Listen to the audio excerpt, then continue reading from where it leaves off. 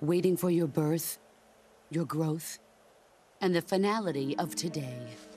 Boss, why are you doing this? Why? To make the world one again. The world used to be whole. But with the end of the Second World War, the philosophers began to fight amongst themselves, and the world was torn apart. The Cobras, my comrades who trained and fought alongside me, were torn apart as well. The foibles of politics and the march of time can turn friends into enemies just as easily as the wind changes. Ridiculous, isn't it? Yesterday's ally becomes today's opposition. And this Cold War? Think back. When I was leading the Cobras, America and Russia were fighting together. Now, consider whether America and Russia will still be enemies in the 21st century. Somehow I doubt it. Enemies change along with the times, the flow of the ages, and we soldiers are forced to play along. I didn't raise you and shape you into the man you are today just so we could face each other in battle.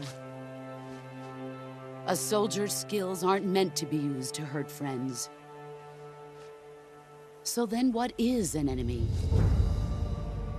Is there such a thing as an absolute timeless enemy?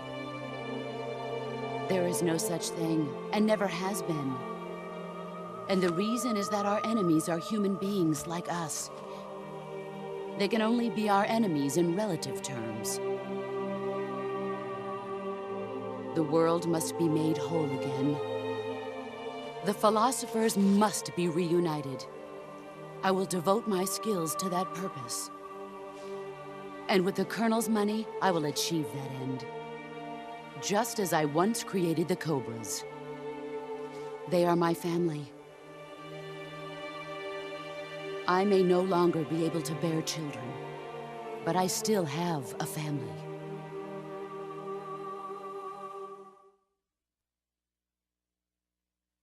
It was November 1st, 1951. I was in the Nevada desert participating in atomic testing. The name Nevada is derived from Spanish, covered in snow, white as snow. And snow is exactly what I saw in that Nevada desert. It froze my blood white. Snake, you were an atomic test subject, weren't you? On Bikini Atoll. That's part of the reason I was drawn to you. You and I are alike.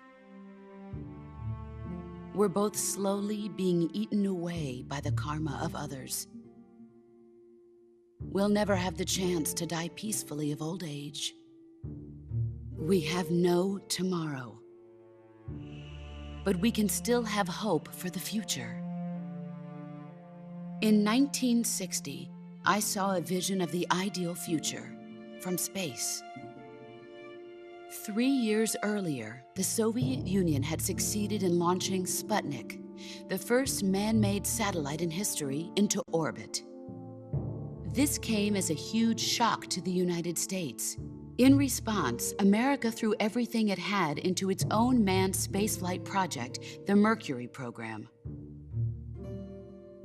Even as the Soviets seemed poised to send their first man into space, America was still experimenting with chimpanzees and rockets.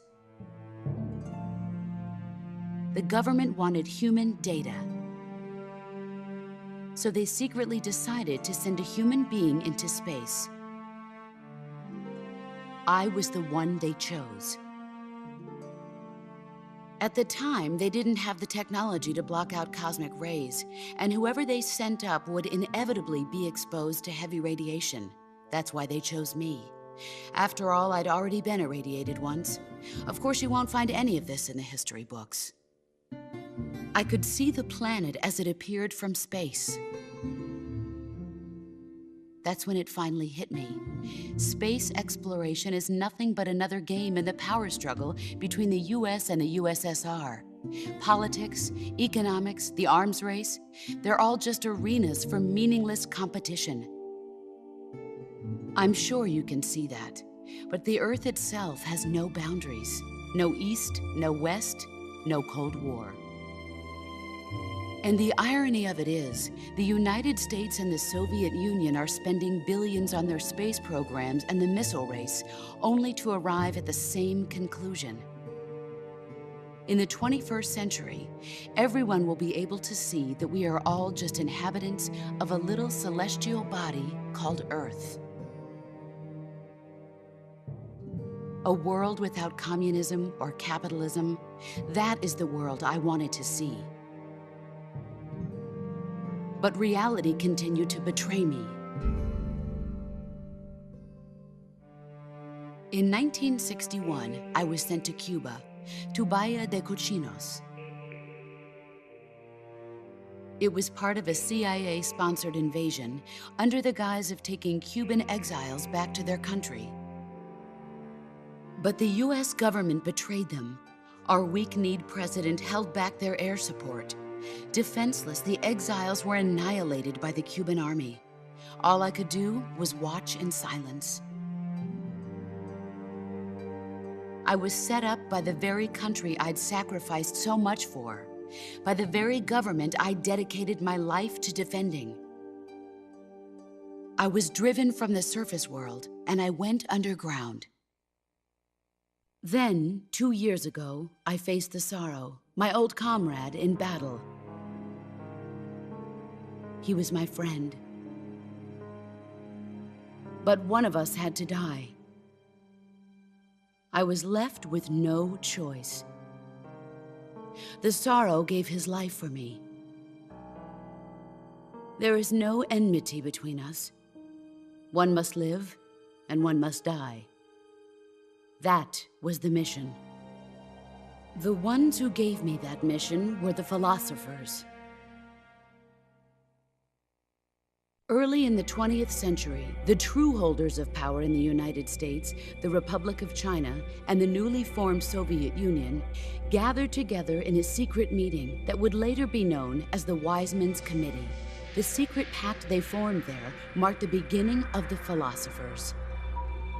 But the last of the original members died in the 1930s.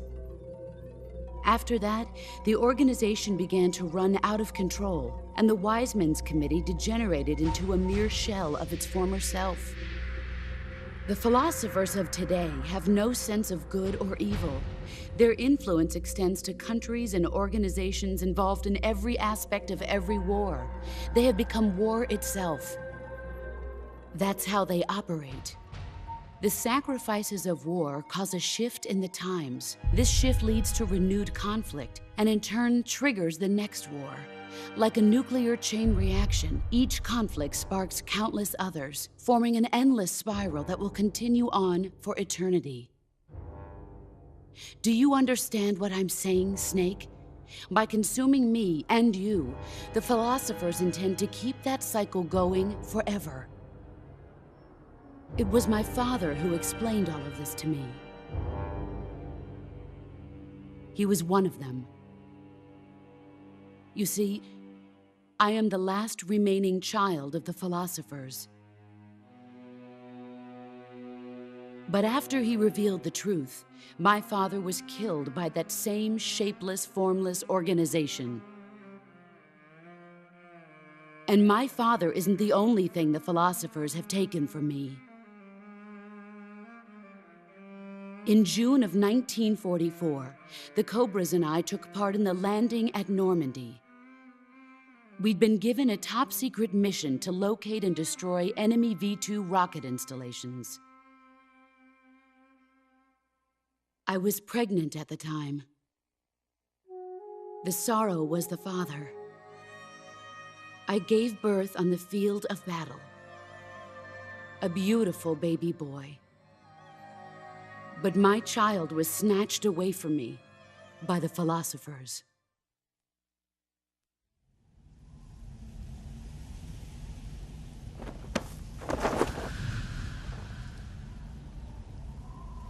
Look at this scar.